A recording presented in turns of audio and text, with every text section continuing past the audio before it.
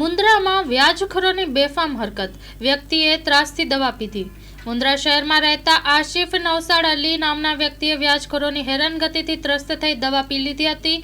તેમણે તાત્કાલિક ભુજની જીકે જનરલ હોસ્પિટલમાં ખસેડવામાં આવ્યા હતા। આ વ્યાજખોરોએ ત્રાસ આપતા આશિફ મજબૂર થઈ જીવણેલ દવા પી લીધી હતી અને પોલીસમાં આ મામલે ફરિયાદ નોંધાઈ છે અને ઘટના અંગે વધુ તપાસ હાથ ધરવામાં આવી છે। સ્ટોરી રિપોર્ટ બાય કરણ વાઘેલા, ભુજ। મારું નામ ઇમરાન નવસારી ખોજા। આશિફ ખોજા મારાથી મોટો ભાઈ છે। મારો 15-16 વર્ષથી એ વ્યાજ ભર્યા જ રાખે છે।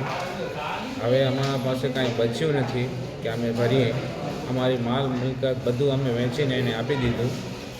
હવે અમે ખાવા લાયક પણ નથી। અમે બહુ હેરાન છીએ અને અમારા માટે મકાન પણ રહ્યું નથી। મકાન બધે અમે વેચીને આપી દીધા બધે વ્યાજવાળાઓને, તો પણ હજી અમને ટોર્ચર કર્યા જ રાખે છે।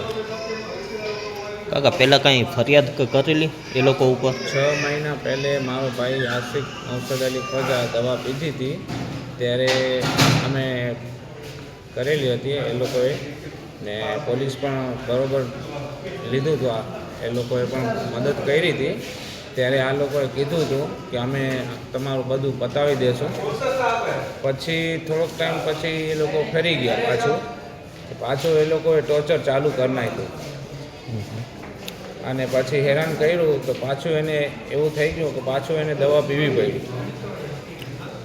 શું છે તમારી આગળની માંગ સરકાર જોડે? અમારી સરકારની માંગ એમ છે કે અમને સીધો ન્યાય અપાવે અમને સરકાર, બીજું કાંઈ અમને એવું નથી। અમને શાંતિથી જીવા દે ને અમને ન્યાય અપાવે। આશિફ નવસાડ અલી ખોજા બધા વ્યાજુકા પૈસા લીધેલા હતા। વેચાણ દસ્તાવેજ કરી આપેલ છે।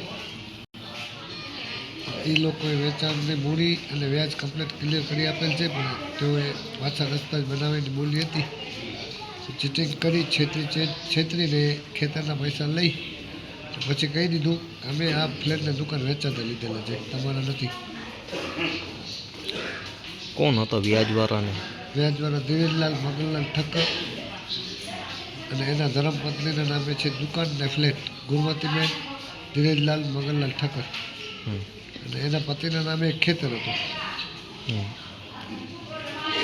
બાકીના કુમારસિંહ બાપુ જાડેજાએ વ્યાજુકા રૂપિયા આપેલ હતા, તો વ્યાજુકા રૂપિયા પણ આપેલ। કોરોનાથી પહેલાં પણ વ્યાજ ક્લિયર કરેલ હતું।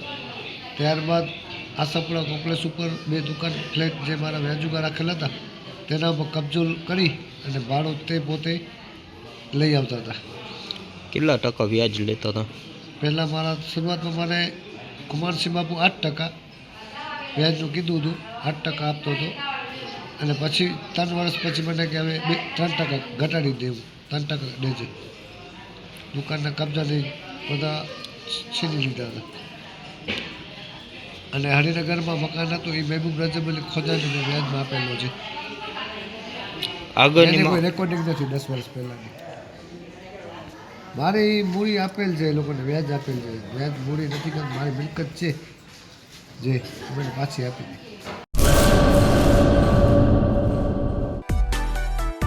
માં motor driving, safe and sure driving. Driving એ શોખ સાથે આપની મોટી જવાબદારી પણ છે। અમારા ઇન્સ્ટ્રક્ટર દ્વારા સચોટ અને સરળ માર્ગદર્શન આપની રોજની તાલીમની માહિતી મેળવીને શું અધુરાશ છે એના ઉપર પૂરું ફોકસ કરાય છે।